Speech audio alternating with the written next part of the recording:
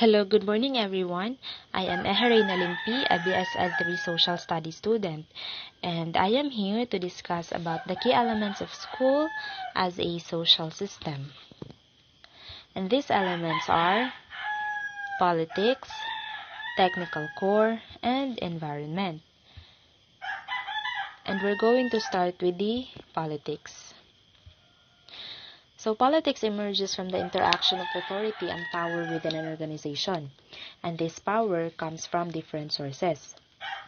Power and politics are inextricably mixed, and in many organizations, there will inevitably be people who want to achieve their satisfaction by acquiring power legitimately or illegitimately.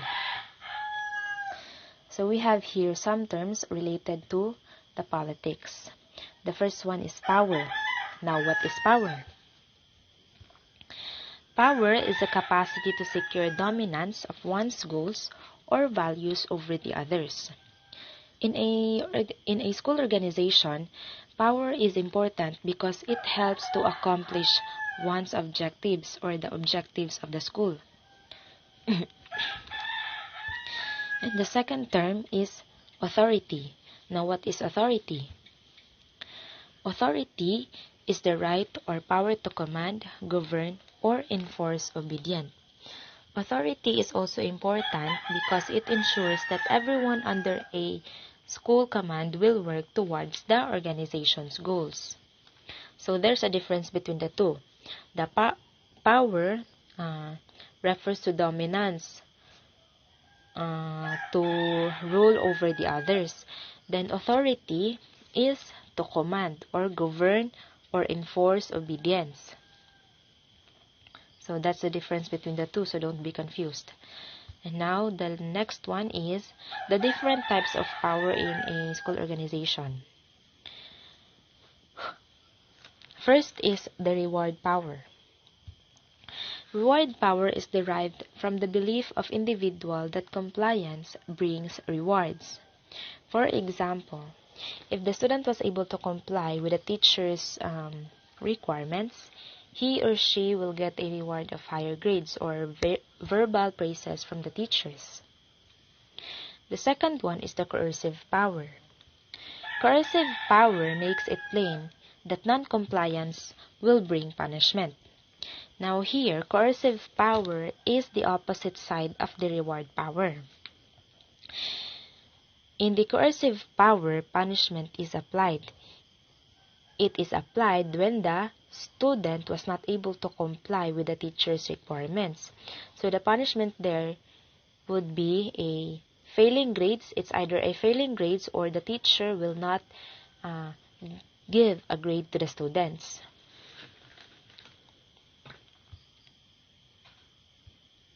Then the third one is the expert power. Expert power is exercised by people who are popular and admired, and whom the less popular can identify.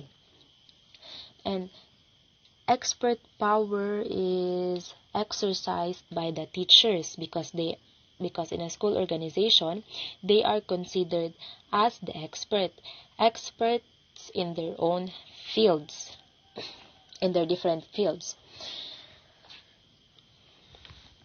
So, students will comply to everything the teachers will demand unto them. So that is the expert power. So the last one is the legitimized power. Legitimized power is conferred by the position in an organization held by an executive. So that was the 4 different types of power in a organization.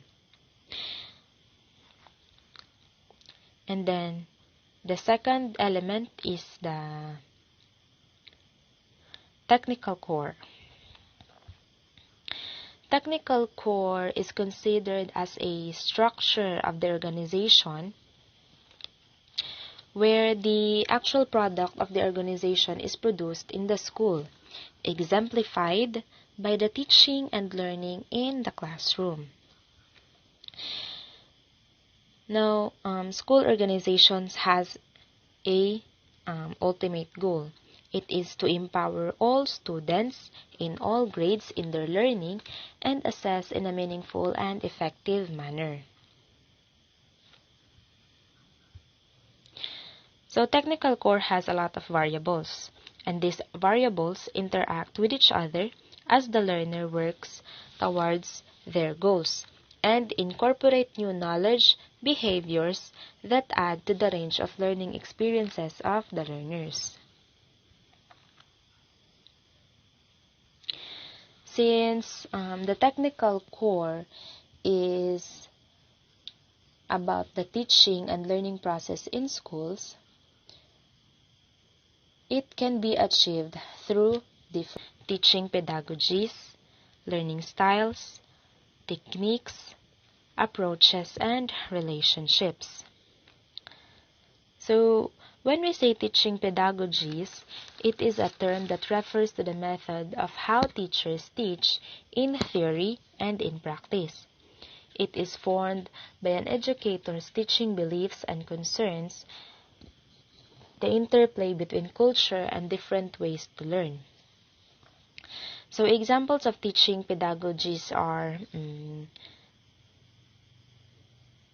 teachers asking questions to find out prior knowledge of the students, or teachers giving rewards for the effort of the students, teachers changing the classroom layout, or teachers setting up high expectations for the students, differentiation, and a spaced repetition.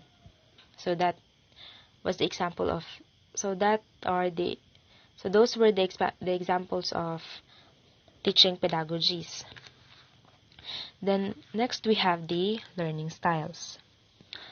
Learning styles can be described as a set of factors, behaviors, and attitudes that facilitate learning for an individual in a given situation.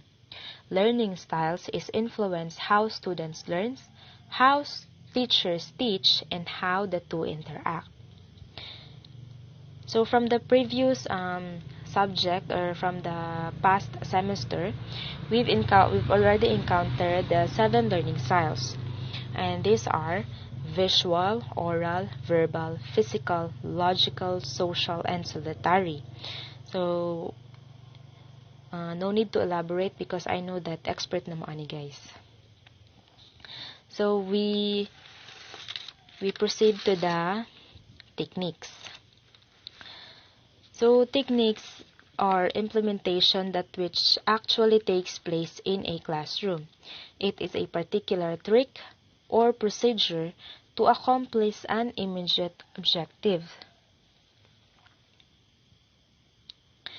It must be consistent with the method and harmony with approach as well.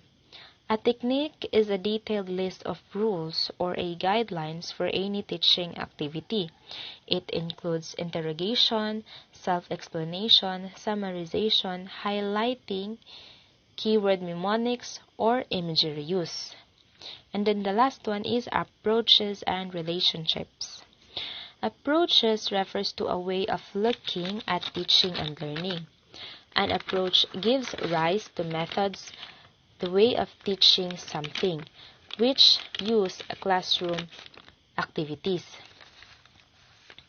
And then relationships. Strong relationships with teachers and school staff can dramatically enhance students' level of motivation and therefore promote learning.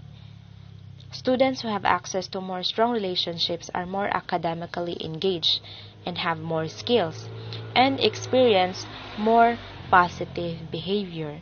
Of course, learning is fun with friends. It could be a relationship of student and teacher, student and staffs, or students from to another students. And next element is the environment. Classroom environment influences or supports interactions that occur among children, teachers, and family members. A well-designed environment helps foster positive peer relationships, creates positive interactions between adults and children, and provide opportunities for adults to support children to achieve their goals.